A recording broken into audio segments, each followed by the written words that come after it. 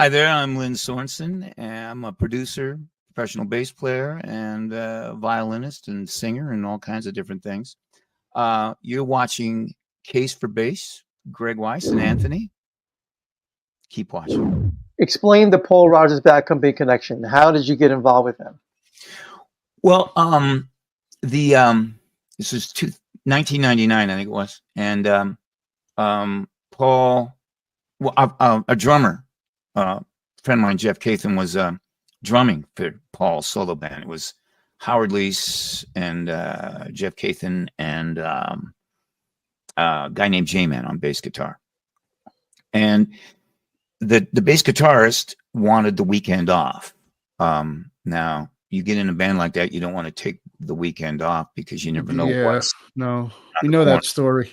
And yeah. So Jeff said, "Hey, look, I know this guy, you know." And I was doing a record with Randy Hansen up here at the time, and so a couple of suits came out and saw me play and said, "Yeah, okay, yeah, you can fill in." And so I got a work tape of previous gig, and not to sound arrogant here, but I could tell that I would be a better bass player for him than the guy. Okay.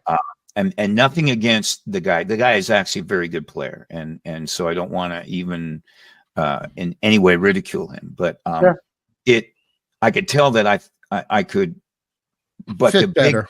The big thing Mhm. is that I sing, and I didn't hear anybody singing for shit on this tape.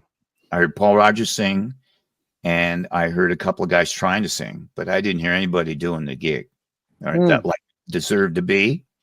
And so I smelled blood on the job. So I took the tape. I spent a week on it. I flew down to Vegas, and it was I think the Silver Park Bowl. We were like 3 back from Sammy Hagar. Oh wow! It was a shitload of people out there. There's, I don't know.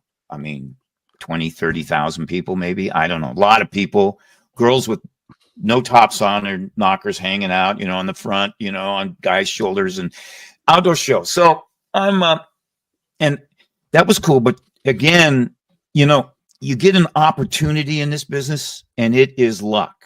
But after you get that lucky break, you have to earn it. That's a common misperception among people out here, which is lucky. Well, your breaks are lucky, but your what you do after seize that the opportunity. Yes. So I smelled blood on the job, and so I got up on the gig, and I looked out, and there was delay towers going all the way back. This is a real show. I played bass, and there's just this, you know, you feel Everything. Big show like that. But I kept my cool, and I think it was Feel Like Making Love. And I'm doing the song for the first time with Paul, and I walk up to the mic, and I mean, Howard, I think, was walking up to the mic like he was going to sing, but I just walked right up there, stuck my lips in this thing, and I sang the third above Paul like I owned it. Wow. And Right. Paul. That's awesome. That is awesome. I remember, I'll never forget this. And I'm thinking, wow, there's all these people out here. It's so cool. But I'm thinking, that ain't cool. I just sang Over. above this guy. A third above the lead singer. That, Paul Rodgers, that is cool. Way cooler than the thousands of people we were playing for. That, I kind of found myself going, God, that was really How did he react to that when you did that? Paul turned around and he looked at me, and he kind of gave me this little, you know, nod like that. And find out later that that's Paul's version of a bear hug. And so I got the gig.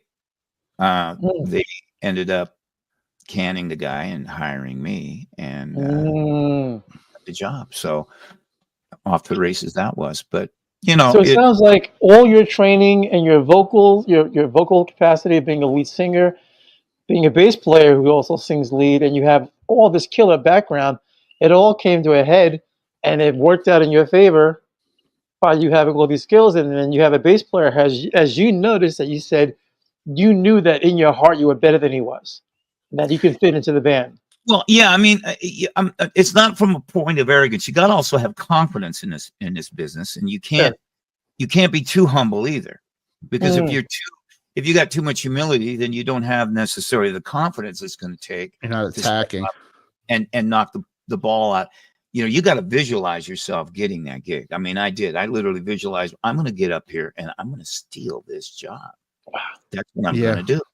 And so you always got to walk that fine line between confidence and arrogance. You know, You think that the familiarity with the material, you got to know how good you are and how where you are not good, the things you need improvement on. Sure. People filling your head with bullshit up here doesn't get to you, and people that are jealous of you down here trying to uproot you, that doesn't affect you either, because you know exactly where you are.